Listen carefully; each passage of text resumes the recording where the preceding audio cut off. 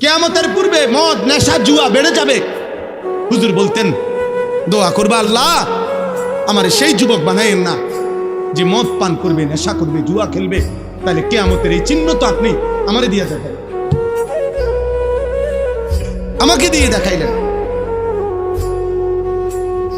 এই জন্য দোস্ত, তোমরাও এটা ভাইব, তোমাদের যাদের দ্বারা অশ্লীলতা, বেহায়াপনা, অসভ্যতা, নোংরামি, হারাম, জিনা, ব্যভিচার, মদ, জুয়া, নারী অস্থিরতা ছড়িয়ে পড়ছে এই মুমিনের সমাজে, মুসলমানের সমাজে, হায় বদনসিব, তোরে দিয়ে আল্লাহ কিয়ামতের চিহ্ন দেখাচ্ছে।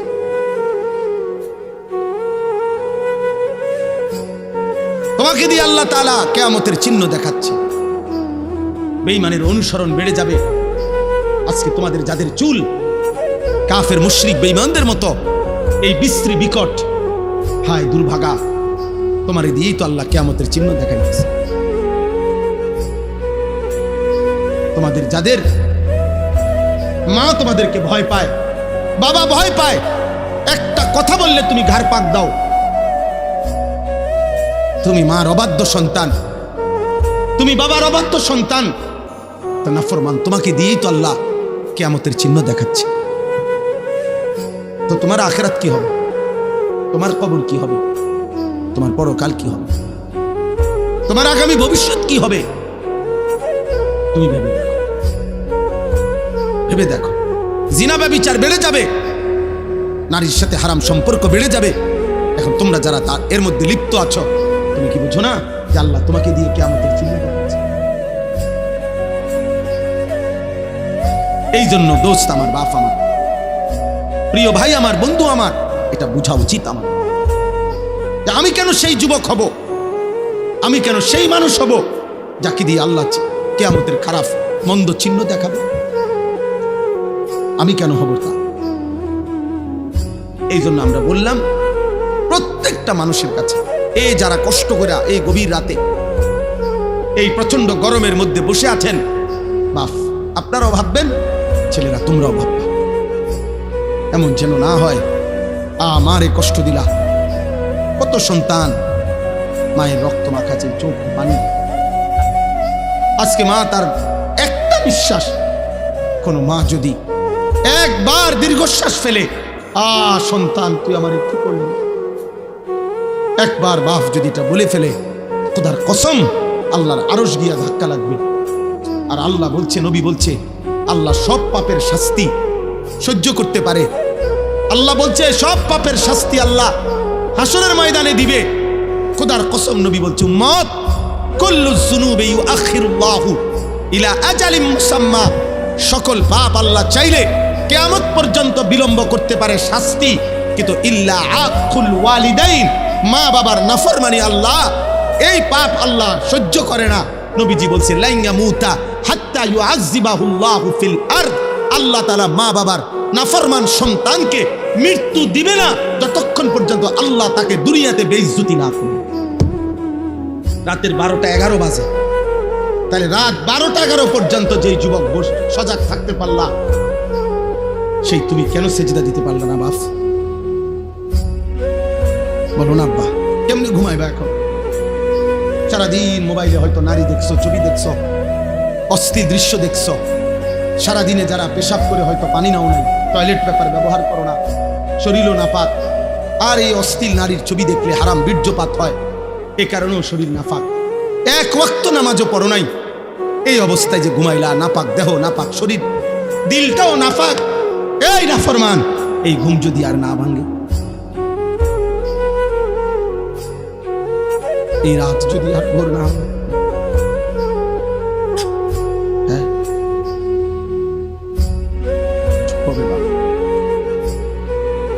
রাসূলুল্লাহ সাল্লাল্লাহু আলাইহি ওয়াসাল্লাম বলেছেন, লা ইয়াজনি যানি হিনা ইয়াজনি ওয়া হুয়া মুমিন, কোন ব্যভিচারী যখন জিনা করে সে মুমিন থাকে। আর এই নারীর অস্থির ছবি দেখা, এ তো জিনা। নবীজি বলছে চোখের জিনা। নিজের হাতকে নিজের লজ্জাস্থানে নাপাক ব্যবহার করা, এ তো জিনা।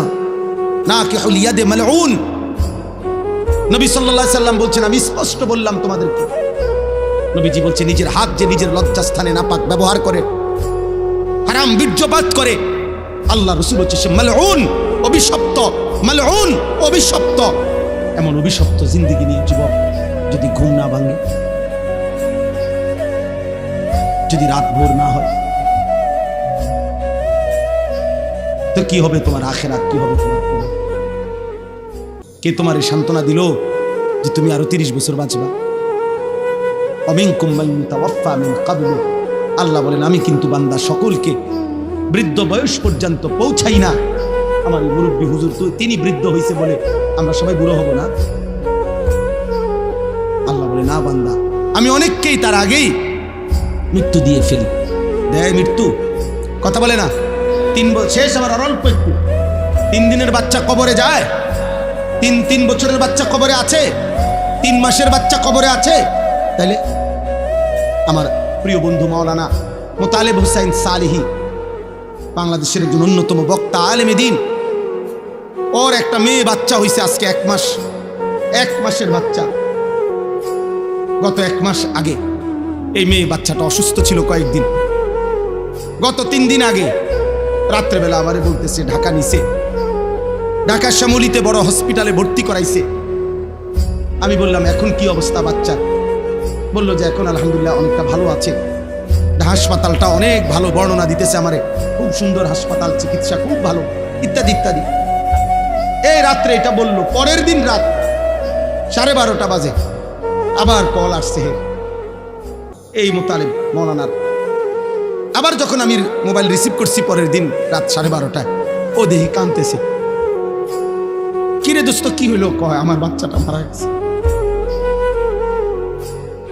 আমার 1 মাসের বাচ্চাটা মারা গেছে। 2টা ছেলের পরে একটা মেয়ে হইছে, বড় বেশি আদরের মেয়ে হয়েছিল, বাচ্চাটা মারা গেছে। আমি অবাক হয়ে গেছি। অনেকক্ষণ সান্ত্বনা দিয়ে যখন বললাম, হৃদয় বিদারক কথা যেটা, যে আমি যখন তাকে বললাম যে এখন তুই কই, বাচ্চাটা কোথায়, এখন কই তো, ও তখন বলতেছে যে আমি ঢাকা থেকে রওনা দিছি, আমার মৃত বাচ্চা আমার কোলে, আমি বাচ্চাটারে কোলে নিয়ে আসি, আমার বাচ্চা আমার দিকে তাকায় আছে। আচ্ছা ভাবেন তো, 1 মাসের এই বাচ্চা কোলে যে বাবা সেই ঢাকা থেকে লাকসাম পর্যন্ত আসছে, এমন মৃত বাচ্চা 1 মাসের কোলে নিয়ে এই বাবার কলিজায় তখন কেমন অবস্থা হয়েছে? ওই গর্ভধারিণী মায়ের হৃদয়ের অবস্থা তখন কি হয়েছে? তাইলে বন্ধু আমার, দোস্ত আমার, সাথী আমার, এই মোবাইল নিয়ে তোমরা এমন শুরু করছো, তোমরা কি করছো বাপ? এইভাবে নিজেকে ভুলে গেলা কেমনে?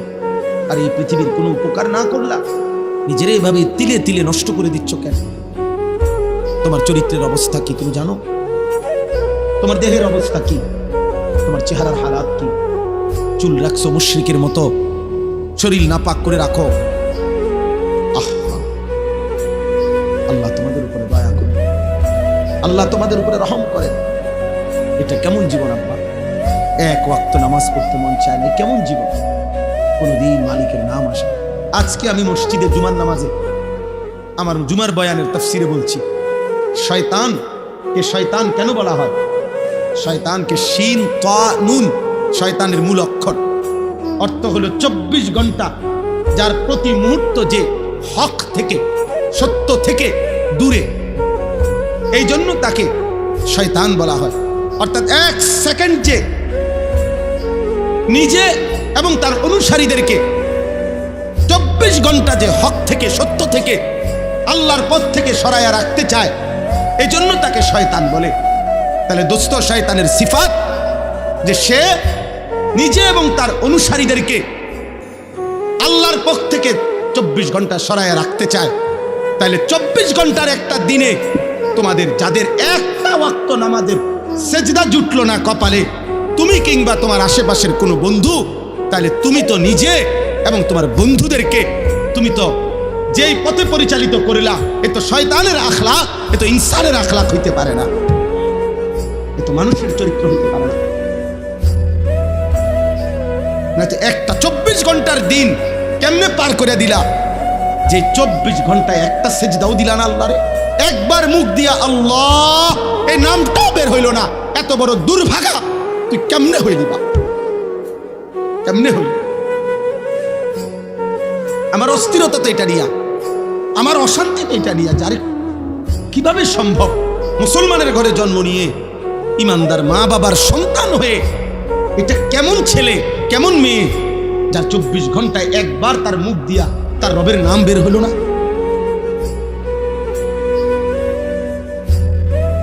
কেমন জীবন আব্বা, কেমন জীবন? আল্লাহ আমাদেরকে হেফাজত করে। মানুষ একদিনে বদলায় না, মানুষ একদিনে বদলায়, কিন্তু শুনতে থাকলে হৃদয়ে জমতে থাকে। মানুষ চোখে যা দেখে তার হৃদয়ে জমে, কানে যা শুনে তার হৃদয়ে জমে। মানুষের সমস্ত উপলব্ধি ইন্দ্রিয়ের, চোখ, নাক, কান, জিহ্বা, ত্বক মানে চামড়া, এই যে পঞ্চ ইন্দ্রিয়, এই ইন্দ্রিয় যাই স্পর্শ করে উপলব্ধি করে তার হৃদয়ে আইসা জমা হয়, দিলে জমা হয়। এই দিলের মধ্যে জমা হলে এখান থেকে এরপরে প্ল্যানিং প্রোগ্রাম হয়, এটা করবে না না করবে, কি করবে না করবে, যাবতীয় চিন্তা ফিকির অন্তরে তৈরি হয়। এরপরে মানুষ কাজটা বাস্তবায়ন করে। এই জন্য কেউ যদি চোখে দেখে, কানে শুনে, হৃদয়ে জমে, এবং পরবর্তীত প্রয়োজনে আল্লাহ চাইলে সেটা তার হৃদয়ে ভেসে ওঠে, স্মৃতিতে ভেসে ওঠে। এটার একটা সহজ উদাহরণ হইল আমরা প্রত্যেকেই, আমি আমার কথা বলি, আমি যে সেই ছোটবেলায় 90 সালের পরে, 90, 91, 92 সালের আগে প্রাইমারি স্কুলে পড়ছি, তাহলে আমি যে আজকে কত বছর আগে, ধরে নেন 35 বছর আগে, আমার সেই প্রাইমারি স্কুলের সাথী যারা, যাদের সাথে আমি পড়ছিলাম সহপাঠী, হয়তো অনেকেই আমি 35 বছরেও আর দেখি নাই, কিন্তু তাদের যাদের নাম আমার মনে আছে, ওদের নাম আমি স্মরণ করলেই আমার এখনো তাদের চেহারা ভেসে ওঠে। আমার মনে পড়ে ও কেমন আছে, ওই আমার ওই বন্ধুটা। তাইলে কি বোঝা গেল? এই হৃদয়ের জমা কথাগুলো, স্মৃতিগুলো মুছে না, প্রয়োজনের মুহূর্তে জ্বলে ওঠে, ভেসে ওঠে, স্মৃতিপটে ভেসে ওঠে। এই কারণে আল্লাহর কথা শুনতে হয়। শুনতে থাকলে আল্লাহ তাআলা প্রয়োজনের মুহূর্তে, আল্লাহ যেদিন চাইবে, যখন চাইবে, কোনো না কোনো শব্দ, কোনো না কোনো কথার উসিলা করে, কোনো না কোনো উপলক্ষ করে আল্লাহ তাআলা তার বান্দাকে হেদায়েত দিয়ে দেবে। মূলত আসলে আমাদের তো বলারই জিম্মাদারি, পরিবর্তন, জীবন গঠন, আখিরাতমুখী জিন্দেগি, কবরের ফিকির, জাহান্নামের ভয়, জান্নাতের আশা আকাঙ্ক্ষা, এই সবটাই আল্লাহর ফয়সালা। আমরা শুধু বলতে পারি, কিন্তু মূলত আল্লাহর পথে চলবে কে আর কে চলবে না, উভয় সিদ্ধান্ত আল্লাহর। আরো সহজ উদাহরণ দেই, রাসূলুল্লাহ সাল্লাল্লাহু আলাইহি ওয়াসাল্লাম মক্কার জমিনে যখন কালেমার দাওয়াত দিচ্ছিলেন, তো আল্লাহ তাআলা বলছে, বন্ধু দাওয়াত দিতে থাকেন, আপনার দাওয়াত আপনি দেন, আপনি পুরা দিল দিয়া বলেন, বাকি আমি আল্লাহ ফয়সালা দিলাম, আমি কাকে রাখবো আর কাকে রাখবো না, ইমানের পথে, ইসলামের পথে, আগামীর পৃথিবীর জন্য, সারা বিশ্বময় ইসলাম ছড়িয়ে দেওয়ার জন্য আপনার সাহাবী হিসাবে আমি কাদেরকে গ্রহণ করব আর কাদেরকে গ্রহণ করব না, আল্লাহ বলছে, বন্ধু এটা সম্পূর্ণ আমি আল্লাহর ফয়সালা। দাওয়াত আপনি সকলকে দেন, কিন্তু লোক নিমু আমি। এই জন্য কুরাইশ বংশেই নবী দাওয়াত দিছেন। আবু জেহেল, আবু বকর দুইজনই কুরাইশ বংশ, আবু লাহাব, ওমর দুইজনই কুরাইশ বংশ, উতবা, শাইবা, ওসমান, আলী, ওরা উভয়ই কুরাইশ বংশের, একই বংশে, একই মহল্লার। নবী সাল্লাল্লাহু আলাইহি সাল্লাম উভয়ের কাছে, সকলের কাছে কালেমার দাওয়াত দিছেন। তো আল্লাহ যেন বলছেন, বন্ধু আবু বকরকে নিলাম, আবু জেহেলকে নিলাম, ওমরকে নিলাম, আবু লাহাবকে নিলাম না, ওসমানকে নিলাম, আলীকে নিলাম, উতবা, শাইবাকে নিলাম না। তাহলে আবু বকরকে কেন নিলেন, আবু জেহেলকে কেন নিলেন না? কার ফয়সালা? এই জন্য আমি নওজোয়ান, আমি সবসময় এই কথাটা বলি, আগামীর পৃথিবীতে মনে রাখবা বাবা, ইমানের বিজয় হবে, ইসলামের বিজয় হবে, কালেমার বিজয় হবেই হবে। নবীজি সাল্লাল্লাহু আলাইহি ওয়াসাল্লামের অসংখ্য অগণিত ভবিষ্যৎবাণী স্পষ্ট আছে বিশুদ্ধ হাদিস। মাহদী আসবে, দাজ্জালও বের হবে, আর দাজ্জালের শেষ পর্যন্ত পতন হবে। পৃথিবীর শেষ ইহুদিটা ধ্বংস হবে। সারা বিশ্বময় মাহদীর নেতৃত্বে ইমানের পতাকা, ইসলামের খেলাফত প্রতিষ্ঠিত হবে। তাহলে সেই মাহদীর সৈনিক হওয়ার জন্য, দাজ্জালের বিরুদ্ধে লড়বার জন্য, বিশ্বময় কালেমার পতাকা আবার বিজয়ের পতাকা উড়াবার জন্য যে পরিমাণ ইমানদার, সাহসী যুবক, নওজোয়ান, মুজাহিদ লাগবে, সেটা আল্লাহ ঠিকই নেবে, সেটা আল্লাহ ঠিকই বাছাই করবে। দোস্ত আমার, বন্ধু আমার, দেখার বিষয় হলো তোমারই নেবে কিনা, তোমাকে মালিক নেবে কিনা। দিন মালিক, তার দিনের বিজয়ের জন্য যে কয়জন দরকার তিনি তো সে কয়জন নেবেনি, তোমারই নেবে কিনা। আল্লাহ যদি বলে বন্ধু আমি ইমানের পক্ষে তোমাকে নিলাম, আর যদি আল্লাহ কাউকে বলে আমি তোমাকে নিলাম না, তখন মান ইয়াহদিহিল্লাহু ফালা মুদিল্লা লাহু ওয়া মান ইউদ্লিলহু ফালা হাদিয়া। এইজন্য আমরা আগেই ফেস ভাঙিয়া লই, মানে আমরা যেন এটা বলে নেই ভাই বক্তা আরো বদলাইতে পারবেন, চাঁদের দেশের বক্তা, মঙ্গল গ্রহের বক্তা, দরকার হলে 83 কেজি ওজনের বক্তা, 900 কেজি ওজনের বক্তা আনতে পারবেন, ফিকাফে কইরা প্রয়োজনে বক্তা আনলেন।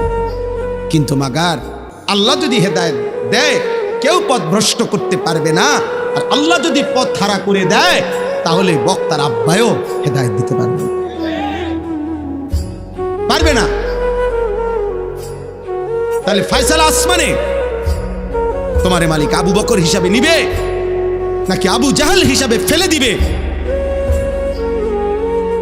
এটা দেখার বিষয়, এটা দেখার বিষয়, এটা ভাবার বিষয়।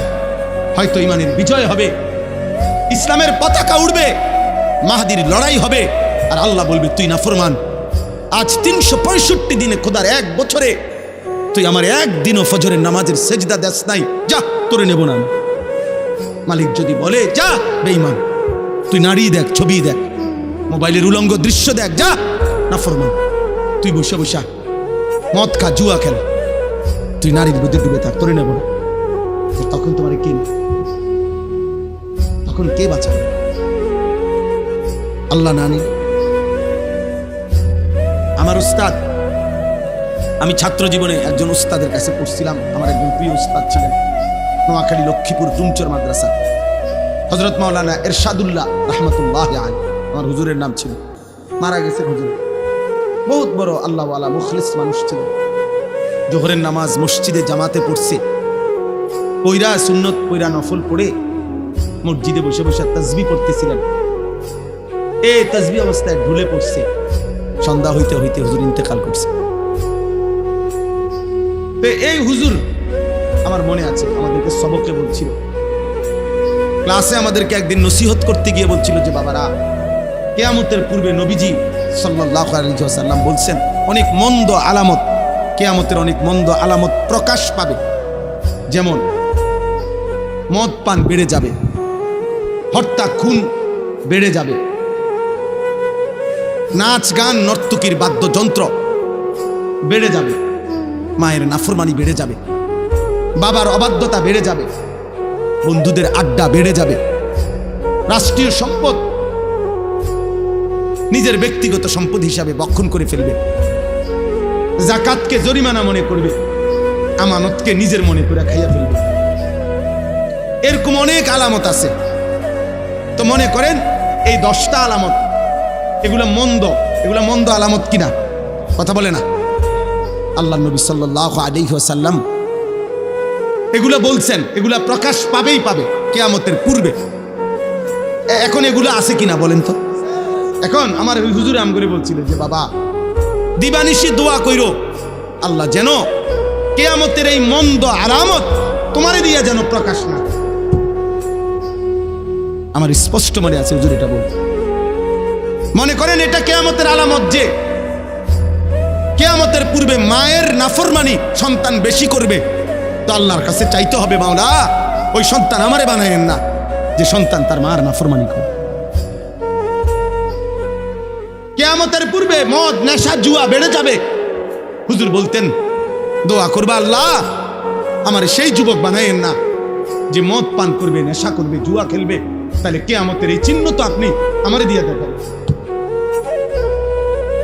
আমাকে দিয়ে দেখাইলেন। এই জন্য দুস্থ, তোমরাও এটা ভাইবো, তোমাদের যাদের দ্বারা অশ্লীলতা, বেহায়াপনা, অসভ্যতা, নোংরামি, হারাম, জিনা, ব্যভিচার, মদ, জুয়া, নারী অশ্লীলতা ছড়িয়ে পড়ছে এই মুমিনের সমাজে, মুসলমানের সমাজে, হায় বদনসিব, তোরে দিয়ে আল্লাহ কিয়ামতের চিহ্ন দেখাচ্ছে।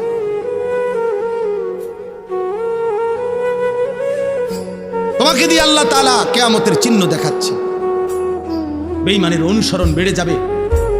আজকে তোমাদের যাদের চুল কাফের, মুশরিক, বেঈমানদের মতো এই বিশ্রী বিকট, হায় দুর্ভাগা, তোমারে দিয়েই তো আল্লাহ কিয়ামতের চিহ্ন দেখাইতেছে। তোমাদের যাদের মা তোমাদেরকে ভয় পায়, বাবা ভয় পায়, একটা কথা বললে তুমি ঘাড় পাক দাও, তুমি মার অবাধ্য সন্তান, তুমি বাবার অবাধ্য সন্তান, নাফরমান, তোমাকে দিয়েই তো আল্লাহ কিয়ামতের চিহ্ন দেখাচ্ছে। তো তোমার আখিরাত কি হবে? তোমার কবর কি হবে? তোমার পরকাল কি হবে? তোমার আগামী ভবিষ্যৎ কি হবে? তুমি ভেবে দেখো, ভেবে দেখো। জিনা, ব্যভিচার বেড়ে যাবে, নারীর সাথে হারাম সম্পর্ক বেড়ে যাবে। এখন তোমরা যারা তার এর মধ্যে লিপ্ত আছো, তুমি কি বুঝো না যে আল্লাহ তোমাকে দিয়ে কিয়ামতের চিহ্ন দেখাচ্ছে? এই জন্য দোস্ত আমার, বাপ আমার, প্রিয় ভাই আমার, বন্ধু আমার, এটা বোঝা উচিত আমার। আমি কেন সেই যুবক হব? আমি কেন সেই মানুষ হব যাকে দিয়ে আল্লাহ কিয়ামতের খারাপ মন্দ চিহ্ন দেখাবো? আমি কেন হব তা? এই জন্য আমরা বললাম প্রত্যেকটা মানুষের কাছে, এই যারা কষ্ট করে এই গভীর রাতে এই প্রচন্ড গরমের মধ্যে বসে আছেন, বাপ আপনারাও ভাববেন, ছেলেরা তোমরাও ভাববে, এমন যেন না হয় আমারে কষ্ট দিলা। কত সন্তান মায়ের রক্ত মাখাচ্ছে, চোখ পানি। আজকে মা তার একটা বিশ্বাস, কোন মা যদি একবার দীর্ঘশ্বাস ফেলে, সন্তান তুই আমার কি করলি, একবার বাপ যদি এটা বলে ফেলে, খোদার কসম আল্লাহর আরশ গিয়া ধাক্কা লাগবে। আর আল্লাহ বলছে, নবী বলছে, আল্লাহ সব পাপের শাস্তি সহ্য করতে পারে। আল্লাহ বলছে সব পাপের শাস্তি আল্লাহ হাসরের ময়দানে দিবে। খোদার কসম নবী বলছে, উম্মত কুল্লু যুনুবি ইউআখিরুল্লাহু ইলা আজালিম মুসাম্মা, সকল পাপ আল্লাহ চাইলে কিয়ামত পর্যন্ত বিলম্ব করতে পারে শাস্তি, কিন্তু ইল্লা আকুল ওয়ালিদাইন, মা বাবার নাফরমানি আল্লাহ এই পাপ আল্লাহ সহ্য করে না। নবীজি বলছে লা ইয়ামুতা হাত্তা ইউআযযিবাহুল্লাহু ফিল আরদ, আল্লাহ তাআলা মা বাবার নাফরমান সন্তানকে মৃত্যু দিবে না ততক্ষণ পর্যন্ত আল্লাহ তাকে দুনিয়াতে বেইজ্জতি না করবে।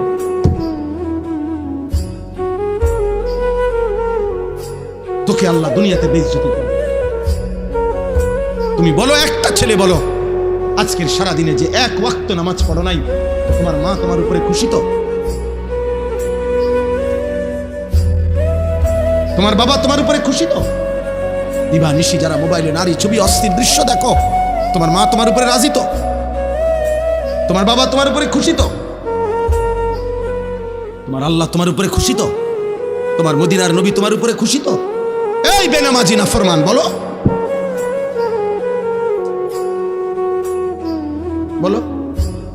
রাত 12টা বাজে যারা আজকের সারাদিনে এক ওয়াক্ত নামাজ পড়লা না, একটা সেজদা দিলা না, তুমি নাফরমান এখানে বৈশা করবাটা কি? আমারে ভালোবাসলে তোমার কি? তোমারে ভালোবাসলে আমার কি? আমি তো ভোটে দাঁড়াইছি না, আমার তো এটা নির্বাচনী জনসভা না, আমি তো কোনো প্রার্থী না। জনপ্রিয়তা দিয়ে আমি কি তা করব? খোদার কসম, রব্বে কাবার কসম, জনপ্রিয়তা আখিরাতের বিবেচনায়, পরকালের বিবেচনায় জনপ্রিয়তার, পরিচিতি, সুনাম, সুখ্যাতির দুনিয়াবি 2 পয়সার কোনো ভ্যালু নাই, 2 পয়সার কোনো ভ্যালু নাই, ভুয়া ধোঁকা বেটা। এগুলা দুনিয়াবি পদ পদবি হাসিলের জন্য হইতে পারে, আখিরাতে এটা দিয়ে করবো কি? আমারে যদি 10 কোটি মানুষ চিনে, আমার কবর রাজা মাপ, তো আমি এটা দিয়ে কি করবো? আমি এটা দিয়ে কি করবো? কি করবো? ঘাস কাটবো খেতে?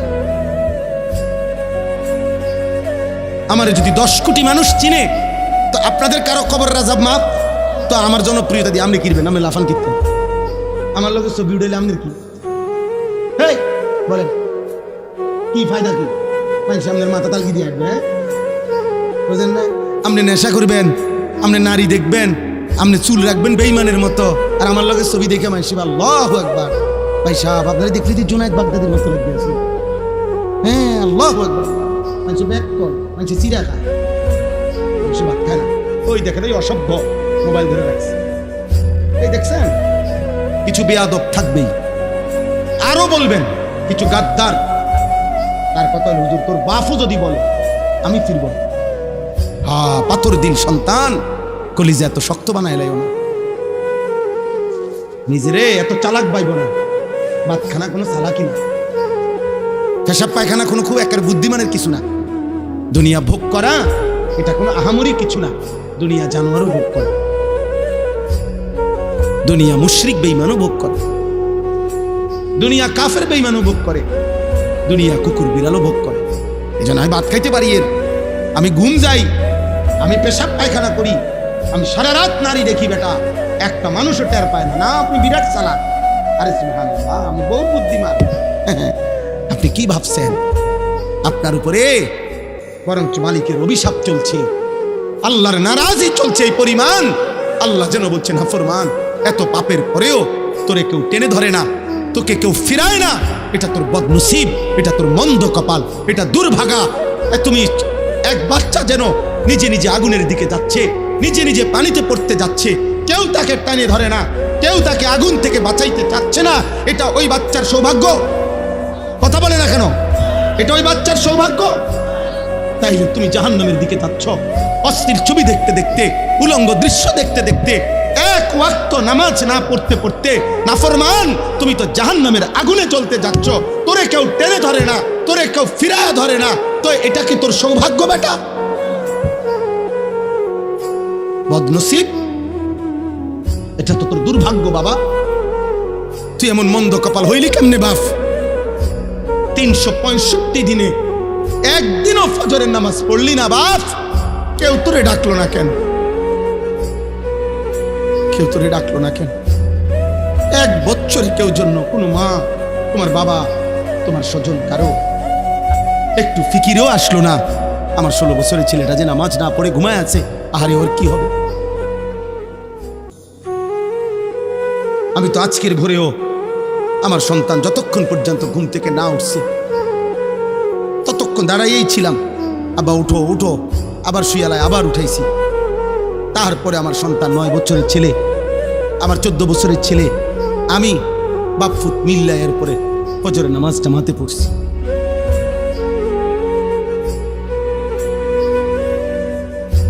উদাহরণস্বরূপ বললাম, আমি আসছি ফজরের নামাজের সময়, চট্টগ্রাম ছিলাম, সেখান থেকে আসছি যখন, তখনই ফজরের আযান দিয়েছে।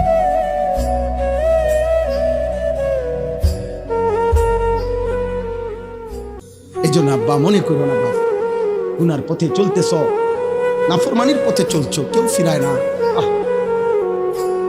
তোমার ইনসাফ কি বল?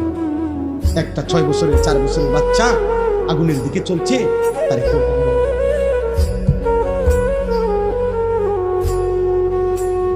এটা যেমন দুর্ভাগ্য, তুমিও তো জাহান্নামের আগুনের দিকে যাচ্ছ, তোমার কেউ টেনে ধরছে না, এটাও দুর্ভাগ্য, এটাও বদনসিব।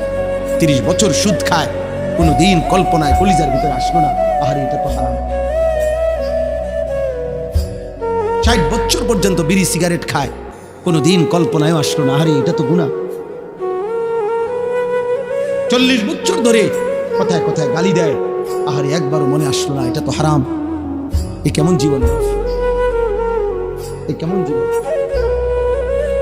এই ছেলে, তুমি দেখাও সবাইরে দাঁড়াইয়া যে তুমি যে গাদ্দার, তুমি দেখাও, সবাইকে দেখাও, তোমার চিনাও যে হুজুর দেখেন ভাই সব, আমি একজন সাহসী মানুষ, যে এই হুজুরের এতগুলো নিষেধের পরেও আমি আমার মোবাইল ধরে রাখছি।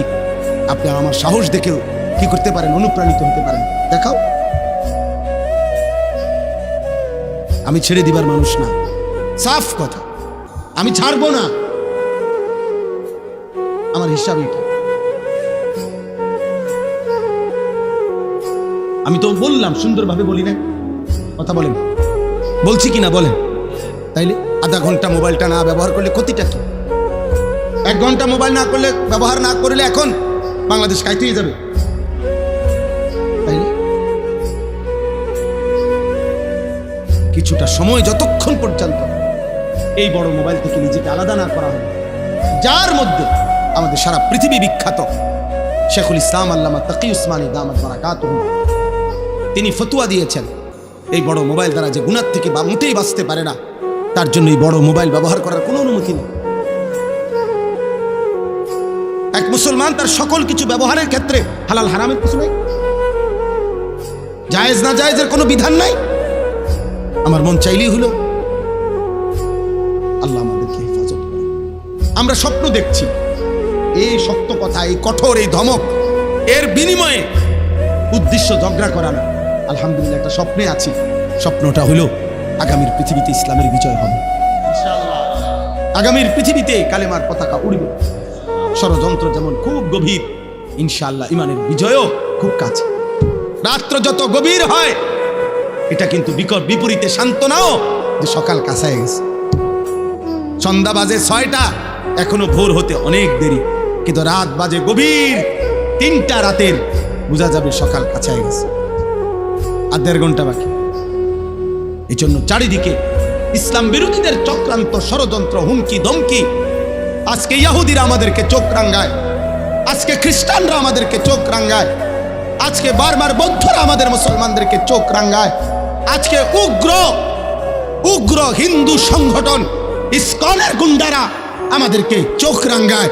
কিন্তু এটাও সত্য, এই সব চোখ রাঙ্গানি শেষ করে একদিন কালেমার পতাকা উড়বেই উড়বে ইনশাআল্লাহ। বিজয়ের পতাকা উড়বে, ইমানের পতাকা উড়বে, মাহদীর বিজয় হবে, দাজ্জালের পতন হবে, ইহুদির শেষ ব্যক্তিটারও পতন হবে, বিশ্বময় ইসলামের খেলাফত হবে। এটা রাসূলুল্লাহ সাল্লাল্লাহু আলাইহি সাল্লামের বিশুদ্ধ হাদিস। নবীজি সাল্লাল্লাহু আলাইহি সাল্লাম বলছে, যদি শুনে থাকো কিয়ামতের আর একদিন বাকি, তবুও বিশ্বাস রেখো উম্মত, মাহদী আসবে। নবীজি বলছে ইমানের বিজয় হবে, আরেকবার পৃথিবী কালেমার পতাকা বিশ্বময় দেখবে ইনশাআল্লাহ, ইনশাআল্লাহ, ইনশাআল্লাহ। সেদিন হয়তো কেউ কাজে লাগবে, কেউ কাজে লাগবে না, কেউ হয়তো ইমানের পক্ষে থাকবে, কেউ দাজ্জালের খপ্পরে নিজের ইমান শেষ করে ফেলবে। আগামীর সময় মুমিনের পরীক্ষা ভাই। এখন তো হইল গুনাহ নেকির টানাটানি চলতেছে, কেউ নেক করে, কেউ গুনাহ করে। আগামীর সময়টা হবে ইমান আর কুফরের সময়, কারো ইমান থাকবে, কারো ইমান থাকবে না। ইউসবিহুর রাজুলু মুমিনান ওয়া ইউমসি কাফিরান। কসম খোদার ভাই, আল্লাহর নবী বলছে, পরিষ্কার বিশুদ্ধ হাদিস, সকালবেলা থাকবে মুমিন, সন্ধ্যায় হয়ে যাবে কাফের। ওয়া ইউমসি মুমিনান ওয়া ইউসবিহু কাফিরান। সন্ধ্যাবেলায় থাকবে মুমিন, সকাল হতে হতেই হয়ে যাবে কাফের। ইয়াবিউ দীনাহু বিআরাদিন মিনাদ দুনিয়া। আল্লাহর নবী সাল্লাল্লাহু আলাইহি সাল্লাম বলেন, সামান্য দুনিয়ার লোভে অসংখ্য অগণিত আমার উম্মত নিজের ঈমান বিক্রি করে ফেলে, ঈমান বিক্রি করে ফেলে। আল্লাহ আমাদেরকে হেফাজত করেন। এজন্য বয়স্ক বাবা আপনাদেরকে বলি, আপনাদের কাছে অনুরোধ করি, আপনারা আপনাদের স্ত্রী, সন্তান, ছেলে মেয়ের, পরিবারের সদস্যদের ঈমান, আমল, নামাজ, রোজা, বন্দিগি, হালাল হারামের নজরদারি করেন। খাট, পালং, সোফা, ফার্নিচার এগুলো এমনিই হবে মিয়া, এগুলো এখন পৃথিবীতে কোনো অবাক কিছু না। টাইলস চিনে না এমন পাগলও না, সোফা চিনে না এমন পাগলও এখন আর পৃথিবীতে না। আমি শুধু এই সোফা, খাট এটি কেউ দেখতো না, এটি প্রত্যেকের ঘরে আছে। আঙ্গাল কাঙ্গাল ওইটিছি না। ফ্রিজ সবার দরকার, এটা একটা নিত্য প্রয়োজনীয় জিনিস, এটা আর এখন কোনো শৌখিন জিনিস। বাংলাদেশের যে গরম, এখানে এসিও এখন নিত্য প্রয়োজনীয় জিনিসের অন্তর্ভুক্ত। এইটাও আর এখন শৌখিনতা নাই, এত প্রচন্ড গরম। অতএব প্রয়োজনীয় এই জিনিসপত্র কোনো না কোনো ভাবে প্রত্যেকেই ব্যবস্থা করছে। এগুলো মানুষের দেখাইয়া শুনাইয়া কোনো লাভ নেই, ভালো লাভ নেই। ইমানের হিসাব দেন, আখিরাতের হিসাব দেন, সেজদার হিসাব দেন, গোলামের হিসাব দেন। আমার প্রিয় সন্তান, আমার প্রিয় নওজোয়ান ভাই, এমন মালিকের নাফরমানি করো না বাপ, এমন মালিকের নাফরমানি মানায় না রে বাপ। তুমি জানো না তিনি তোমার কেমন রব? আল্লাহ যেন ডাক দিয়া বলে, বান্দা তুমি জানো আমি তোমার কেমন রব? 24 ঘন্টা তোমার অজান্তে, তুমি জানো না, বুঝো না, বলো নাই, আমি রব্বুল আলামিন এমন রব 24 ঘন্টা অস্তিত্বের প্রথম সেকেন্ড থেকে নিয়ে শেষ পর্যন্ত জীবনের সকল প্রয়োজন, জীবনের সকল আয়োজন, হৃদয়ের প্রতিটা স্পন্দন, নিঃশ্বাসের প্রতিটা নড়াচড়া, দেহের পুরা অঙ্গ প্রত্যঙ্গের নড়াচড়া আমি আল্লাহ যা ঠিক মতো তোমার পৌঁছাচ্ছি, করে দিচ্ছি। গোটা কায়নাত আমি তোমার জন্য বারবার একবার আলো দিয়ে সাজাই, একবার অন্ধকার দিয়ে সাজাই, একবার রাত বানাই, একবার দিন বানাই, একবার সকাল বানাই, একবার দুপুর বানাই, সপ্তাহ বদলাই, মাস বদলাই, দিন বদলাই, শরীর বদলাই, স্বাস্থ্য বদলাই। চিলা ছোট্ট বাচ্চা বানাইলাম শক্তিমান যুবক, আবার বানাইলাম বৃদ্ধ, চিলা দুর্বল বানাইলাম সবল, চিলা অসুস্থ বানাইলাম সুস্থ, চিলা গরিব বানাইলাম ধনী, চিলা সম্পদহীন দিলাম সম্পদ। এত কিছু 24 ঘন্টা যে মালিক আমি নিজ যত্নে তোমার করছি। আমি তোমার সেই মাওলা, আমি তোমার সেই আল্লাহ, তোমার সেজদা দিতে বলছি বান্দা, অন্য কেউ না। আমি তোমার বড় বেশি আপনজন। আমার ইচ্ছা ছাড়া তোমার নিঃশ্বাস চলে না, আমার ইচ্ছা ছাড়া তোমার চোখ নড়ে না। তুমি কেমনে পারলা বান্দা আমার মতো মালিকের সেজদা না দিতে? বলো না আব্বা, বলো না ভাইয়া, আমার প্রিয় সন্তান বলো। 16 বছর যেই ছেলের এত অল্প বয়সে এক ওয়াক্ত নামাজ পড়ো না, আগামী 40 বছর পর্যন্ত তোমার যদি আল্লাহ হায়াত দেয়, সেই পর্যন্ত তোমার নাফরমানির অবস্থা কি হবে? আল্লাহ তোমারে কোনো কিছু দেয় নাই। আলাম নাজালিল আরদা মিহাদা ওয়াল জিবালা আওতাদা ওয়া খালাকনাকুম আজওয়াজা। আল্লাহ বলেন, বলো না বান্দা, আমি কি জমিন তোমার জন্য বিছিয়ে দেই নাই? উত্তর দেন, জমিন কি আল্লাহ আমাদের জন্য বিছায় নাই? ওয়াল জিবালা আওতাদা, আল্লাহ বলেন পাহাড়গুলো আমি কি তোমাদের জন্য পেরেগের মতো স্থাপন করি নাই? করেছেন। ওয়া খালাকনাকুম আজওয়াজা, আমি আল্লাহই তো তোমাদেরকে জোড়ায় জোড়ায় নারী পুরুষে সৃষ্টি করেছি। ওয়া জাআলনা নাওমাকুম সুবাতা, সারা দিনের ক্লান্তি দূর করার জন্য 2 চোখের ঘুম আমিই তো দিয়েছি।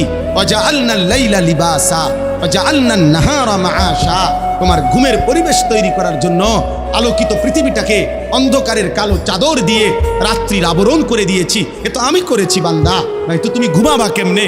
আবার তোমার উপার্জন মেহনতের জন্য, পরিশ্রম কামাই রোজগারির জন্য আবার আলোকিত ফর্সা ধবধবে একটা দিন আলো করে আমি আল্লাহই তো এনে দিয়েছি।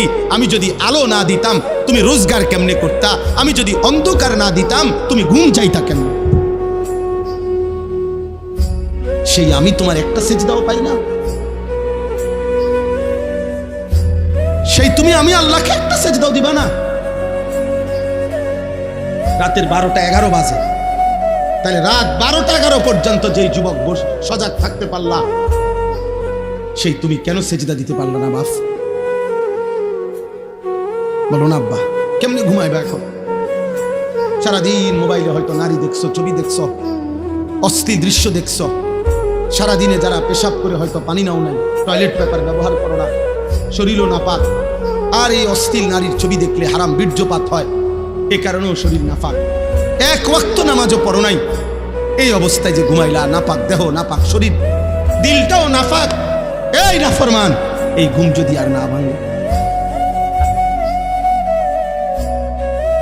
এই রাত যদি আর ভোর না হয়, হ্যাঁ হবে বা? রাসূলুল্লাহ সাল্লাল্লাহু আলাইহি ওয়াসাল্লাম বলেছেন, লা ইয়াজনি জানি হিনা ইয়াজনি ওয়া হুয়া মুমিন।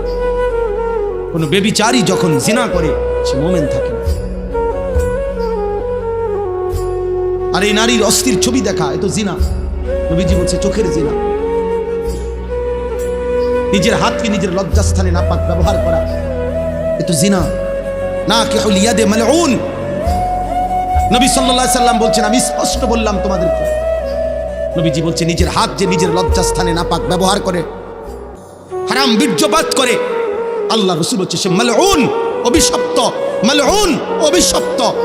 এমন অভিশপ্ত জিন্দেগি নিয়ে যুবক যদি ঘুম না ভাঙে, যদি রাত ভোর না হয়, তো কি হবে তোমার আখিরাত, কি হবে তোমার কবর? কে তোমার সান্ত্বনা দিল যে তুমি আরো 30 বছর বাঁচবা? অমিনকুম মান ইউতাওয়াফা মিন ক্বাবলু। আল্লাহ বলেন আমি কিন্তু বান্দা সকলকে বৃদ্ধ বয়স পর্যন্ত পৌঁছাই না।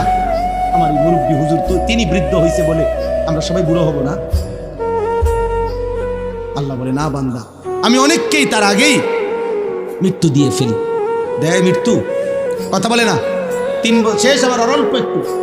3 দিনের বাচ্চা কবরে যায়, 3 বছরের বাচ্চা কবরে আছে, 3 মাসের বাচ্চা কবরে আছে। তাইলে আমার প্রিয় বন্ধু মাওলানা মোতালেব হুসাইন সালিহি, বাংলাদেশের একজন অন্যতম বক্তা, আলেমে দ্বীন, ওর একটা মেয়ে বাচ্চা হয়েছে আজকে 1 মাস, 1 মাসের বাচ্চা। গত 1 মাস আগে এই মেয়ে বাচ্চাটা অসুস্থ ছিল কয়েকদিন। গত 3 দিন আগে রাত্রেবেলা আমারে বলতেছে ঢাকা নিছে, ঢাকা শ্যামলীতে বড় হসপিটালে ভর্তি করাইছে। আমি বললাম এখন কি অবস্থা বাচ্চার? বললো যে এখন আলহামদুলিল্লাহ অনেকটা ভালো আছে। হাসপাতালটা অনেক ভালো বর্ণনা দিতেছে আমারে, খুব সুন্দর হাসপাতাল, চিকিৎসা খুব ভালো, ইত্যাদি ইত্যাদি। এই রাত্রে এটা বললো। পরের দিন রাত 12:30 বাজে আবার কল আসছে এই মোতালেব মৌলানার। আবার যখন আমি মোবাইল রিসিভ করছি পরের দিন রাত 12:30, ও দেখি কাঁদতেছে। কিরে দোস্ত কি হইলো? কয় আমার বাচ্চাটা মারা গেছে, আমার 1 মাসের বাচ্চাটা মারা গেছে। 2টা ছেলের পরে একটা মেয়ে হইছে, বড় বেশি আদরের মেয়ে হয়েছিল, বাচ্চাটা মারা গেছে। আমি অবাক হয়ে গেছি। অনেকক্ষণ সান্ত্বনা দিয়ে যখন বললাম, হৃদয় বিদারক কথা যেটা, যে আমি যখন তাকে বললাম যে এখন তুই কই, বাচ্চাটা কোথায়, এখন কই তো, ও তখন বলতেছে যে আমি ঢাকা থেকে রওনা দিছি, আমার মৃত বাচ্চা আমার কোলে, আমি বাচ্চাটারে কোলে নিয়ে আসি, আমার বাচ্চা আমার দিকে তাকায় আছে। আচ্ছা ভাবেন তো, 1 মাসের এই বাচ্চা কোলের যেই বাবা সেই ঢাকা থেকে লাকসাম পর্যন্ত আসছে, এমন মৃত বাচ্চা 1 মাসের কোলে নিয়ে এই বাবার কোলে যায়, তখন কেমন অবস্থা হয়েছে? ওই গর্ভধারিণী মায়ের হৃদয়ের অবস্থা তখন কি হয়েছে? তাইলে বন্ধু আমার, দোস্ত আমার, সাথী আমার, এই মোবাইল নিয়ে তোমরা এমন শুরু করছো, তোমরা কি করছো বাপ? এইভাবে নিজেকে ভুলে গেলা কেমনে? আর এই পৃথিবীর কোনো উপকার না করলা, নিজের এইভাবে তিলে তিলে নষ্ট করে দিচ্ছ কেন? তোমার চরিত্রের অবস্থা কি তুমি জানো? তোমার দেহের অবস্থা কি? তোমার চেহারার হালাত কি? চুল রাখছো মুশরিকের মতো, শরীর নাপাক করে রাখো। আল্লাহ তোমাদের উপরে দয়া করেন, আল্লাহ তোমাদের উপরে রহম করেন। এটা কেমন জীবন আব্বা? 1 ওয়াক্ত নামাজ পড়তে মন চায়নি, কেমন জীবন? কোনদিন মালিকের নাম আসে। আজকে আমি মসজিদে জুমার নামাজে আমার জুমার বয়ানের তাফসিরে বলছি, শয়তানকে শয়তান কেন বলা হয়? শয়তানকে শিন তা নুন, শয়তানের মূল অক্ষর, অর্থ হলো 24 ঘন্টা যার প্রতি মুহূর্ত যে হক থেকে, সত্য থেকে দূরে, এই জন্য তাকে শয়তান বলা হয়। অর্থাৎ 1 সেকেন্ড যে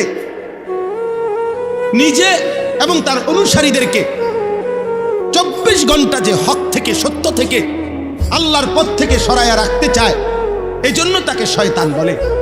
তাহলে দোস্ত, শয়তানের সিফাত যে সে নিজে এবং তার অনুসারীদেরকে আল্লাহর পথ থেকে 24 ঘন্টা সরাইয়া রাখতে চায়।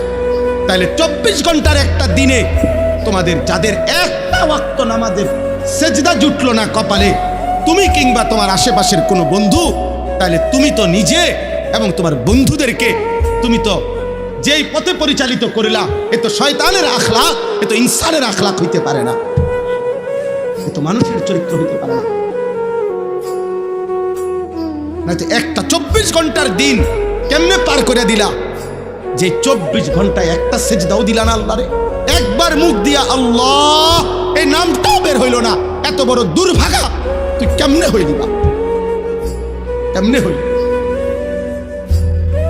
আমার অস্থিরতা তো এটা নিয়া, আমার অশান্তি তো এটা নিয়ে। যারে কিভাবে সম্ভব মুসলমানের ঘরে জন্ম নিয়ে ইমানদার মা বাবার সন্তান হয়ে, এটা কেমন ছেলে কেমন মেয়ে যার 24 ঘন্টায় একবার তার মুখ দিয়া তার রবের নাম বের হলো না?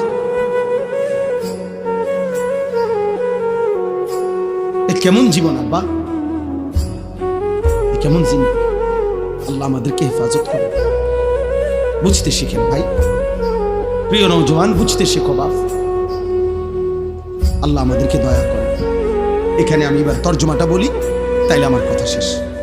আল্লাহ তাআলা বলতেছেন, আয়াহসাবুনা আন্নামা নুমিদ্দুহুম বিহি মিন মালিন ওয়া বানিন। এই শেষ 5 মিনিট লাগবে আয়াতের তর্জমা বলতে। তর্জমা বললেই বুঝবেন, একদম সহজ কথা। আল্লাহ বলেন, আমার কিছু বান্দা ভেবেছে, কিছু মানুষ ভাবতেছে আমি যে তাদেরকে দুনিয়াতে কিছু সম্পদ এবং সন্তানাদি দিয়েছি, ভাত মাছ চাল ডাল দালান বিল্ডিং, বিবি বাচ্চা স্ত্রী সন্তান, টাকা পয়সা প্রভাব প্রতিপত্তি, দুনিয়াবি এগুলা যে আমি তাদেরকে দিচ্ছি, ওরা ভাবছে নুসারিউ লাহুম ফিল খায়রাত, আমি তাদের উপরে খুব সন্তুষ্ট হয়ে আছি, তাদেরকে আমি কল্যাণের পথে রেখেছি। টাকা পাইয়া, বাড়ি পাইয়া, ভাত তরকারি জিফুত পাইয়া ও মনে করতেছে আমার যেহেতু কোনো অভাব নাই, বিপদ নাই, রোগ নাই, ব্যাধি নাই, পেরেশানি নাই, অস্থিরতা নাই, আল্লাহ মনে আমার উপরে খুব খুশি, সন্তুষ্ট। নইলে আমি এত ভাত খাই কা, নাই তো আমি এত বিল্ডিং করি কা, আল্লাহ মনে আমার উপরে খুব রাজি খুশি। হ্যাঁ, বলেই তো, পরিষ্কারই তো বলে। বয়স্ক মানুষও তো এই কথা বলে যে হুজুর আল্লাহর রহমতে, আপনাদের দোয়ায়, 10 জনের দোয়ায় আল্লাহ আমারে খুব সুখে রাখছে। জিজ্ঞাসা করবেন চাচা কি সুখে রাখছে? ওই যে আল্লাহর রহমতে 4 ফুট বিদেশ, 4টা ফুট বিদেশ, 3টা মেয়ে আল্লাহর রহমতে তাগরি বিয়া দিছে। মনে মনে আশা করছিলাম একটা বিল্ডিং করব, আল্লাহ বিল্ডিংও দেখাইছে হুজুর, আল্লাহ করাইছে। একটা বিল্ডিং করছি হুজুর, 4টা রুম, হ্যাঁ 2টা বাথরুম, বাথরুম দিয়ে হুজুর আল্লাহর রহমতে আপনাদের দোয়ায় টাইলস। আল্লাহু আকবার, আল্লাহ। চাচার কপাল, কত বড় কপাল নিয়ে উনি আসছে পৃথিবীতে। ওনার পূর্বপুরুষ মাটিতে পেশাব করত, আর উনি এখন আল্লাহর রহমতে খাস দোয়ায়, আমরার দোয়ায় উনি এখন টাইলসে মতে। আল্লাহ দয়া। বিকাল টাইম হইলে হুজুর আল্লাহর রহমতে চা দোকানে বসে থাকি, বন খাই, বিড়ি খাই, গপ মারি, যে দূর শল্যে কুলায় টেলিভিশনে নাচ গান দেখি। আগে তো আর সেই দিন নাই, চাইয়াই থাই শুধু, আর পুরান কথা মনে করি। হ্যাঁ, পুরান কথা মনে করে, মনে রাখেন, পুরান কথা মনে করাই করাইয়া ফেরেশতা মেরে টাঙ্গাইয়া ফিরবে। এগুলো মুমিনের সুখের কথা। এক ইমানদার এই সুখের কথা শুনাইলেন, এগুলো তৃপ্তি মুমিনের। আয়াহসাবুনা আন্নামা নুমিদ্দুহুম বিহি মিন মালিন ওয়া বানিন। আল্লাহ বলেন, আমার বান্দা ভেবেছে আমি যে তাকে দুনিয়ায় কিছু সম্পদ আর সন্তান দিলাম, এই কথা ভাবছে সে আমি তাকে কল্যাণের উপরে রাখছি। বাল্লা ইয়াশউরুন, আল্লাহ বলে না বান্দা তারা বুঝে নাই, বুঝে নাই। দুনিয়ায় কাউরে অর্থ দিলে, সম্পদ দিলে, মাল দিলে, ক্ষমতা দিলে, বিবি বাচ্চা নাতি নাতনি দিলে আমি তার উপরে সন্তুষ্ট, এই কথার প্রমাণ বহন করে না। যদি অর্থ সম্পদ, মাল আর ক্ষমতা, যদি বিবি বাচ্চার পরিবার, এটা যদি আমি আল্লাহর সন্তুষ্টির চিহ্নই হতো, তাইলে এগুলো তো আমি কাফের বেঈমানকেই বেশি দিছি নাকি? আমাদের এখানে আমরা যারা বসছি এখন, আমরা যদি প্রত্যেকেই, আমরা যদি 30 তালা করিয়া এই বাংলাদেশে একটা বিল্ডিং শেষ করি, মনে করেন কাম আজকে মনে করেন বিকালে আমগো 30 নম্বর তালার সবার ছাদ ঢালাই দিলাম, তো আপনি খবর নিবেন আজকা, তো শুনবেন ইউরোপ আমেরিকায় আজকে এই পরিমাণ মানুষ হয়তো 200 নম্বর তালার ছাদ ঢালাই দিছে। হ্যাঁ, আপনি যে আরো তো 170 তালা পিছিয়ে পড়ে গেলেন, এটি কোন সময় ঝান্ডা লাগিবেন? কথা বুঝেন নাই আমার? দুনিয়া মুশরিকের সমপরিমাণ হবে না তো বাপ, কাফেরের সমপরিমাণ হবে না তো বাপ, দুনিয়া বেঈমানের পরিমাণ হবে না। ওদের সমপরিমাণ অস্ত্র কিনে আমরা ওদের সাথে যুদ্ধ করতে পারবো না। ওদের সমপরিমাণ শক্তি, দুনিয়াবী শক্তি দিয়ে আমরা ওদের সাথে লড়াই করে পারবো না। 1450 বছর ইসলাম কাফের মুশরিকদের সমপরিমাণ অস্ত্র দিয়ে কোনোদিনও যুদ্ধ করে নাই, সমপরিমাণ জনশক্তি দিয়েও, জনবল দিয়েও যুদ্ধ করে নাই। প্রতিবার মুমিনের বিজয় হয়েছে মহান আল্লাহ পাক রব্বুল আলামিনের শক্তিতে। প্রতিবার বিজয় দিয়েছেন আল্লাহ। প্রতিবার মুমিন তার রবের সাথে সম্পর্ক করেই সেজদার শক্তিতে, ইমানের শক্তিতে, কালেমার শক্তিতেই মহান আল্লাহর দয়ায় প্রতিবার ইমানের বিজয় হয়েছে। অতএব দুনিয়া হিসাব মিলাইলে হইতো না। আমাগরে আল্লাহ কাফেরদের সমপরিমাণ দুনিয়া দিবে না, এটা আল্লাহর ওয়াদা, এটা আল্লাহর ওয়াদা, আল্লাহর ওয়াদা। আমরা দেশের ধনীও ধনী আর ইউরোপ আমেরিকার ধনীও ধনী। আমরা দেশের 4 তলা বিল্ডিংওয়ালা যদি মনে করে ধনী, ইউরোপ আমেরিকাতে 4 তলা বিল্ডিংয়ে ছাগলও পালে না। আমরা দেশের প্রাইভেট কার চালাইনাওয়ালা যদি মনে করে ধনী, তো জাপানে ইউরোপে প্রাইভেট কারের মধ্যে ছাগল টানে। আমারে বলছি, এটা সত্যই কথা। কাজেই দুনিয়া বিয়েগুলো কি নয়, মূল সফলতা নয়, সন্তুষ্টি আল্লাহর নয়। তাহলে আল্লাহর সন্তুষ্টি কিসের মধ্যে? এই শেষ কথাটা আল্লাহ বলছে, যার মধ্যে 4টা জিনিস আছে তার প্রতি আল্লাহ সন্তুষ্ট হয়ে আছে। কয়টা জিনিস? 1, ইন্নাল্লাযীনা হুম মিন খাশিয়াতি রাব্বিহিম মুশফিকুন। হৃদয় যার আল্লাহর ভয়ে কম্পিত, হৃদয়ে যার আল্লাহর ভয়, আল্লাহ তার প্রতি সন্তুষ্ট হয়ে আছে। 1, 2, ওয়াল্লাযীনা হুম বিআয়াতি রাব্বিহিম ইউমিনুন। আল্লাহর কোরআনের, আল্লাহর বিধানের সবগুলো আয়াত, হুকুম, আহকামকে সর্বান্তকরণে মেনে নিচ্ছে যে আল্লাহ বলেন সে কল্যাণের পথে, আমার সন্তুষ্টির পথেই আছে। 3, ওয়াল্লাযীনা হুম বিরাব্বিহিম লা ইউশরিকুন। আমি আল্লাহর সাথে কোনোভাবে, কোনো সূরতে এক জাররা যে শিরিক করে না, শিরিক মুক্ত যার ঈমান, সে আল্লাহর সন্তুষ্টির উপরে আছে। তাহলে 1 নাম্বার হলো হৃদয়ে যার আল্লাহর ভয়, 2 নাম্বার মেনে নিচ্ছে যে আল্লাহর বিধান, 3 নাম্বার করে না যে কোনো অবস্থাতে শিরক, 4, ওয়াল্লাযীনা ইউতুনা মা আতাও। আল্লাহ বলেন আমার যে বান্দা, আমি আল্লাহর দেওয়া সব কিছু যা আমি দিছি, শরীর, স্বাস্থ্য, যৌবন, সব কিছু, স্ত্রী, সন্তান, ক্ষমতা, অর্থ, বিত্ত, সম্পদ, প্রভাব, প্রতিপত্তি, ব্যবসা, কামাই, অর্জন, যা কিছু আল্লাহ দিয়েছেন তা আল্লাহর পথে ব্যয় করে, আল্লাহর পথে ব্যয় করে, আল্লাহর পথে ব্যয় করে। আল্লাহ বলেন আমি তার প্রতি সন্তুষ্ট হয়ে আছি, সন্তুষ্ট হয়ে আছি। তাইলে কয়টা হলো? 4টা। হৃদয়ে যার কার ভয়, মেনে নিচ্ছে যে কার বিধান, করছে না কোনো অবস্থাতে যে কি শিরক। 4 নাম্বার আল্লাহর দেওয়া সব নিয়ামত যে ব্যয় করছে কার পথে? আল্লাহর পথে। এইবার এই 4টার পরে আল্লাহ অতিরিক্ত আরেকটা গুণ বলছে। এই 4টা তো ঠিক মতো করেই। এবার আরেকটা বিষয় হলো, 4টা পূর্ণ করার পরেও আল্লাহর হুকুম, আল্লাহর বিধান, আল্লাহর ভয় মানার পরেও যার অন্তরে ওয়াকুলুবুহুম ওয়াজিলাতুন আন্নাহুম ইলা রাব্বিহিম রাজিউন, অন্তরে অন্তরে তার সর্বদা এই ভয় আছে যে হায় আমাকে তো আল্লাহর সামনে যেতে হবে, হাসরের ময়দানে দাঁড়াইতে হবে। আহা আমার মাওলা, আমার এই বন্দিগি, আমার এই ইবাদত, আমার এই দান, আমার এই সাদাকা, এগুলো জানি কবুল করে কিনা। আসল বিষয় তো আল্লাহ কবুল করে কিনা। কথা বুঝছেন? মানুষের বাহাবা, মানুষ তো দিচ্ছে মার হাবা, কিন্তু আসমানের কি অবস্থা? কথা বুঝেন না?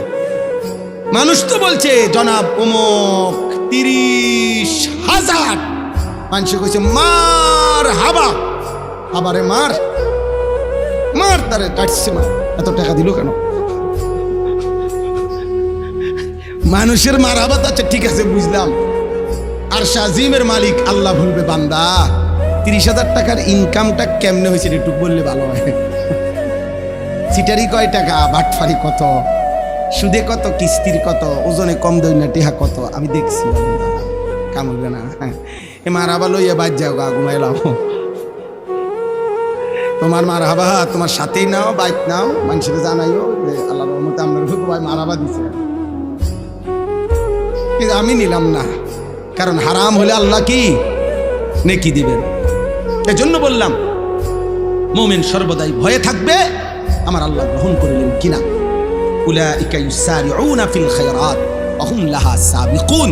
আল্লাহ বলেন এই 4 গুণ হৃদয়ে যার আল্লাহর ভয়, আল্লাহর বিধান যে মেনে নিচ্ছে, করছে না যে শিরক, এবং আল্লাহর দেওয়া সব নিয়ামত আল্লাহর পথে যে ব্যয় করে, দিলে দিলে এই ভয় করে আমার আল্লাহ গ্রহণ করবে তো, আমারে আল্লাহ হাসরের ময়দানে গেলে নিবে তো, এই ভয় নিয়ে আল্লাহর ইবাদত, আল্লাহর হুকুম যে করতে থাকে, আল্লাহ বলে তারাই কল্যাণের পথে দ্রুত গতিতে এগিয়ে যাচ্ছে। অহুম লাহা সাবিকুন, তারা তো জান্নাতের জায়গায় পৌঁছেই গেছিলেন। আল্লাহ যেন বলতেছে তারা তো জান্নাতের দুয়ারে চলেই গেছে, আর শুধু দরজা খোলাটা বাকি, ঢুকবেই। এবার সর্বশেষ কথা হলো শেষ আয়াত। আল্লাহর কোনো বান্দা যদি বলে আল্লাহ আচ্ছা ঠিক আছে, আমি আপনার কথা মানবো, আপনার হুকুম মানবো, তবে পারবো তো সব হুকুম মানতে? আমি কুলাইতে পারো আল্লাহ, আমি তো দুর্বল মানুষ, গ্রামের মানুষ, অসুস্থ মানুষ, সাধারণ মানুষ, আমি পারবো? আল্লাহ বলেন ওয়ালা নুকাল্লিফু নাফসান ইল্লা বুসআহা। বান্দা সুস্থ হও আর দুর্বল হও, তুমি শিক্ষিত হও আর মূর্খ হও, তুমি আমি আল্লাহ তোমাকে কাউকে তার সাধ্যের অতিরিক্ত কোনো বিধান আমি আল্লাহ চাপিয়ে দেব পারবা তুমি? যার জন্য শরীর স্বাস্থ্য জেদ্দুর, যার উপার্জন জেদ্দুর, আমি তার জন্য হুকুমও দিছি এদ্দুর। কথা বলে না? একজন মানুষের উপার্জন ইনকামে 30,000 টাকা, তারে বলে দিছে যে এই বছরের ভিতরে আগামী 15 দিনের ভিতরে হজের রেজিস্টার করবা 8 লাখ টাকা, তুই মরস বাসস বা রক্ত বেচছ টাকা দিতে হবে, তুই হজ করতে। এটা নি শরীয়তের বিধান। বেটার টাকা নাই 30,000, বেটার 8 লাখ টাকা দিত, 6 লাখ টাকা দিত। শরীয়ত কি এরকম বলছে? এই লোকটা দাঁড়াইতেই পারছে না, দাঁড়াইয়া থাকতেই পারে না, তো ইসলাম যদি বলতো না তুই নামাজ দাঁড়াইয়াই পড়তে হবে, প্রয়োজনে সুতা দিয়া বাইন্দা টাঙ্গাইয়া তুইব তোমারে, কিন্তু তুমি নামাজ দাঁড়াইয়া পড়তে হবে, এটা শরীয়তের বিধান? কথা বলেন। তাহলে আল্লাহ বলেন না, প্রতি অবস্থায় আমি আল্লাহ বিধান দিয়েছি, কারো উপরে আমি সাধ্যের অতিরিক্ত কিছুই কি করি নাই, চাপিয়ে। সুবহানাল্লাহ, কেমন মালিক আমার। এরপরে আল্লাহ বলেন ওয়ালাদাইনা কিতাবুন ইয়ানতিকু বিল হক ওয়া হুম লা ইউজলামুন। আল্লাহ বলেন সর্বশেষ আমার কাছে মনে রেখো, আমার ফেরেশতার আমলনামা লিখছে, এই আমলনামা রেডি হইতেছে, তুমি ঘাবড়াইও না, তুমি আমল করতে থাকো, আর আমার ফেরেশতা আমলনামার কিতাব রেডি করছে। কিয়ামতের দিন তোমার আমলনামাই তোমার সামনে কথা বলবে, এক বিন্দু জুলুম হবে না, একটা নেকিও ছুটে যাবে না, একটা গুনাহও বেশি লেখা হবে না। ঠিক তুমি যা করেছ তার আলোকেই ফয়সালা হবে, তার আলোকেই সিদ্ধান্ত হবে, তার আলোকেই বিচার হবে। আল্লাহ আমাদেরকে ঈমান আমলের জীবন দান করে, আল্লাহ তাআলা আমাদেরকে উত্তম আখলাকের জীবন দান করে। অনেক কষ্ট করছেন আপনারা, অনেক রাত সবর করছেন, আল্লাহ আপনাদের এই বসা, এই সবরে সর্বোত্তম বিনিময় দান করে। আমার কিশোর ভাই, নওজোয়ান ভাই, আজকের রাত থেকেই নামাজ পড়ো, শরীর পবিত্র রাখো, নারী দেখো না, ছবি দেখো না, অস্থির দৃশ্য দেখো না। আল্লাহ আমাদের সকলকে তৌফিক দান করে। আর 1 মিনিট দোয়া করি, দোয়ার আগে 2টা মিনিট মাদ্রাসার আমার প্রিয় ভাই জনাব জসিমউদ্দিন চৌধুরী ভাইয়া বলছেন মাদ্রাসার কাজে সর্বাত্মক সহযোগিতা করবে। আলহামদুলিল্লাহ, আপনারাও প্রত্যেকে যদি একটু পকেটে হাত দেন, 2টা মিনিট প্রত্যেকে মাদ্রাসার এই কাজে, মাদ্রাসার এই কাজ অল্প একটু জায়গায় সুন্দর ভবন করবে। মৌলানা মাহমুদ সাহেব আমারে দেখাইছেন এটার প্ল্যানিং, অনেক সুন্দর পরিকল্পনা, অনেক ফিকির তার। আল্লাহ যেন এই ফিকিরের সাথে আমাদেরকে অংশগ্রহণ করার তৌফিক দান করে, এই আশায় প্রত্যেকেই যার যার সামর্থ্য অনুপাতে মাদ্রাসার জন্য আজকে থাকলে কিছু সহযোগিতা করেন, আবার এখন না থাকলে পরে আপনারা দিয়েন, এখন যাদের আছে দেন, ইনশাআল্লাহ বরকত হবে। আমি সবার জন্য দোয়া করছি। যাওয়ার সময় আরেকটা ছোট্ট অনুরোধ হলো, আমার গাড়িতে একটা বহুতই মূল্যবান দামি, আপনাদের আমাদের প্রত্যেকের জীবনের উপযোগী একটা কিতাব আছে, তালিমুস সুন্নাহ। কিতাবটা আমাদের নবীজি সাল্লাল্লাহু আলাইহি সাল্লামের পুরা জিন্দেগীর ছোট বড় বিন্দু বিন্দু সমস্ত সুন্নাত এই কিতাবের মধ্যে প্রায় 600 পৃষ্ঠা ব্যাপী নবীজির জীবনের যত সুন্নাত একজন মুমিনের প্রয়োজনীয়, ছোট বড় দলিল সহ প্রমাণ সহ এখানে লেখা আছে। আমরা এটা বিক্রি করি 400 টাকা মূল্যে। বাংলাদেশের একজন শ্রেষ্ঠ বুজুর্গ, অন্যতম অধ্যক্ষ মিজানুর রহমান চৌধুরী, ঢাকা গাজীপুরের হজরত, উনি এই কিতাবটা ওলামায়ে কেরামের তত্ত্বাবধানে লিখছেন। অনেক প্রয়োজনীয়, উপকারী, প্রত্যেকের ঘরে ঘরে মা, চাচি, বোন, নারী, পুরুষ, জওয়ান, বৃদ্ধ, বাচ্চা সকলের পড়ার উপযোগী একটি উপকারী কিতাব। যাওয়ার সময় আমাদের সাদা গাড়িতে কিতাবটা আছে। যাদেরই সুযোগ হয় 400 টাকা মূল্যে কিতাবটি কিনলে আপনার অনেক ফায়দা হবে। নবীজির একটা একটা সুন্নাত শিখতে পারবেন। আল্লাহ আমাদেরকে তৌফিক দান করেন। আর কিশোর নওজোয়ান ভাই, আগামী 6, 7, 8 মানে এই বৃহস্পতি, শুক্র, শনিবার, আগামী সপ্তাহ যেটা আসতেছে, ওই দিন 3 দিন ব্যাপী আমার যেই মাদ্রাসায় আশরাফুল উলুম ময়নামতি, সেখানে স্কুল, কলেজ, ইউনিভার্সিটির কিশোর যুবক ছেলেদের জন্য 15 থেকে 30 বছর বয়সী যে সমস্ত ছেলে, তাদের জন্য 3 দিন ব্যাপী প্রশিক্ষণ কোর্সের আয়োজন করা হয়েছে। গত 3 মাস আগেও একবার হয়েছিল, এখন আবার হবে। ওযু, নামাজ, সূরা, কেরাত, দোয়া, কালাম, ঈমান, আমল, আকীদা, চরিত্র গঠনমূলক বিষয়াদি একদম হাতে কলমে প্র্যাকটিক্যাল শেখানো হবে।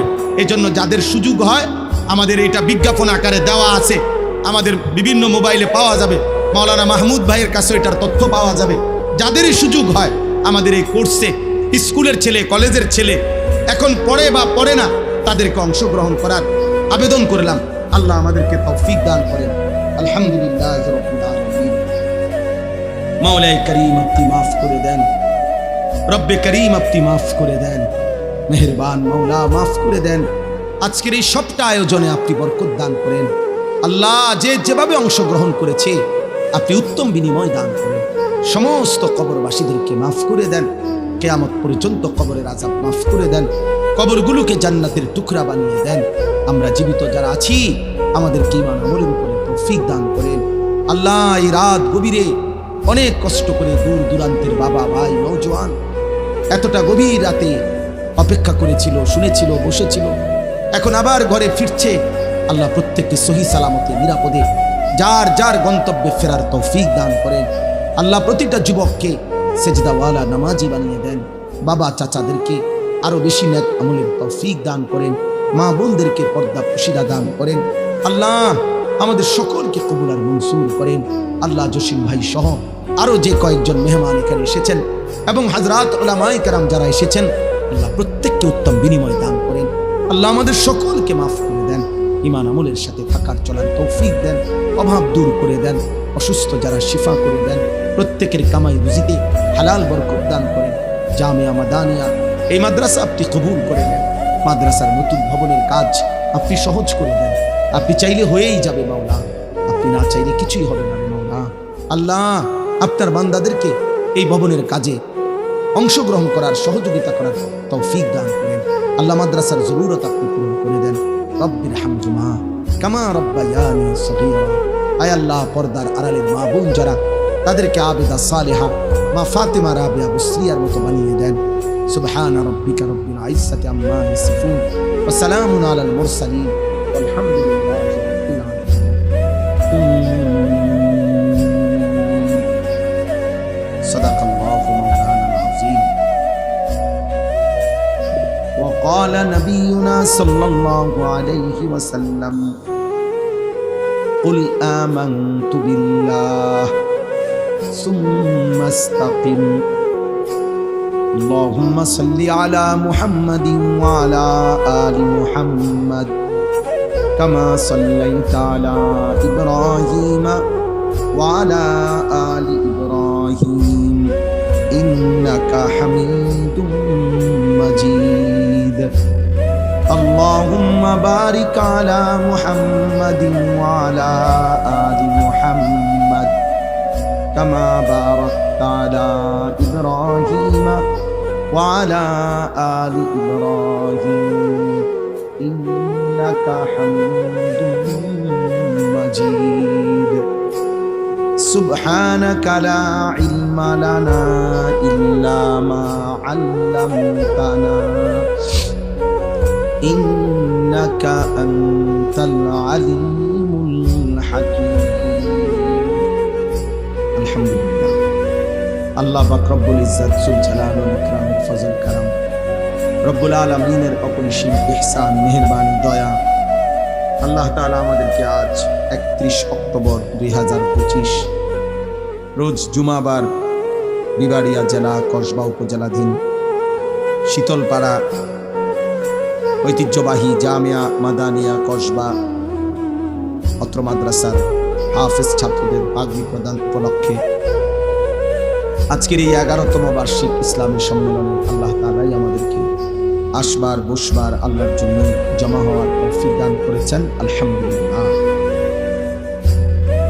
প্রিয় ভাই, নওজোয়ান, বয়স্ক, বাবা, সর্বস্তরের আমরা সকলেই আলহামদুলিল্লাহ লম্বা সময় হযরত উলামায়ে কেরামের কাছ থেকে ধারাবাহিক বয়ান শুনেছি, আলহামদুলিল্লাহ।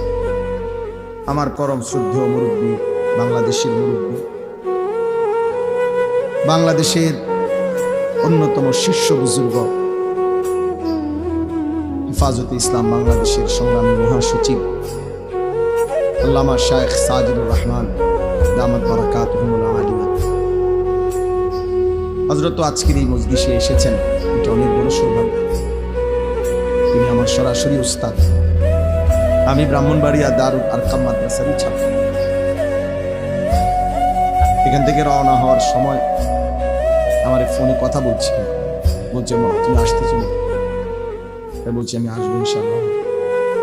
আলহামদুলিল্লাহ আমাদের প্রিয় ভাই, শ্রদ্ধেয় ভাই, আমাদের চেয়ারম্যান ভাই হযরত মাওলানা মুফতি আমজাদ হোসেন আশরাফি দামাত বারাকাতুহুল আলিয়া, তিনিও এতক্ষণ পর্যন্ত কথা বলেছেন। আমি পবিত্র কোরআনুল কারীমের 18 নম্বর পারা 23 নম্বর সূরা, সূরাটার নাম সূরায়ে মুমিনুন। এই সূরার 8টা আয়াত, ছোট ছোট আয়াত, এই 8টি আয়াত তেলাওয়াত করেছি ইনশাআল্লাহ। অল্প একটু সময়, ঘড়ির দিকে আমার নজর আছে, রাত অনেক হয়েছে। বাস্তবতা হলো মাওলানা মাহমুদ ভাই, যিনি মাদ্রাসার জিম্মাদার, তার সাথে আমার অনেক বেশি আন্তরিকতাপূর্ণ সম্পর্ক। এই মাদ্রাসায় আমি চলার পথে অহরহ আসি, ইসলাহী মজলিসে আসি, এমনিতে অনেক সময় নামাজ পড়তে আসি, বিশ্রাম করতে আসি, ফলে বেশিরভাগ আমি এদিকে যাওয়া আসা, যার কারণে মহব্বতের একটা দাবি ছিল তার, কিন্তু ডেট কোনোভাবেই মিলানো যাচ্ছিল না। এই জন্য আমার মাহফিল অনেক দূরে ছিল, চাঁদপুর কচুয়া, আমি ওইখান থেকে আসছি। তো এই কারণে লম্বা গ্যাপের কারণে মাঝখানে কোম্পানিগঞ্জ বয়ান করছি, তারপরে এখানে আসছি, এই কারণে আসতে দেরি হয়েছে। আলহামদুলিল্লাহ হযরত উলামায়ে কেরাম ধারাবাহিক বয়ান করেছেন। তো এই জন্য আমি সব ছেলে, নওজোয়ান ভাই, বয়স্ক বাবা, অল্প হোক বেশি হোক, বুঝত আল্লাহর কথা মনোযোগ দিয়ে শুনলে, উলামায়ে কেরামের চোখের দিকে তাকায় শুনলে নিজের কলিজার ভিতরে কথা বসে, নিজের ভিতরে আজ হোক কাল ভাবনা আসে, ফিকির তৈরি, অনুভূতি জাগে।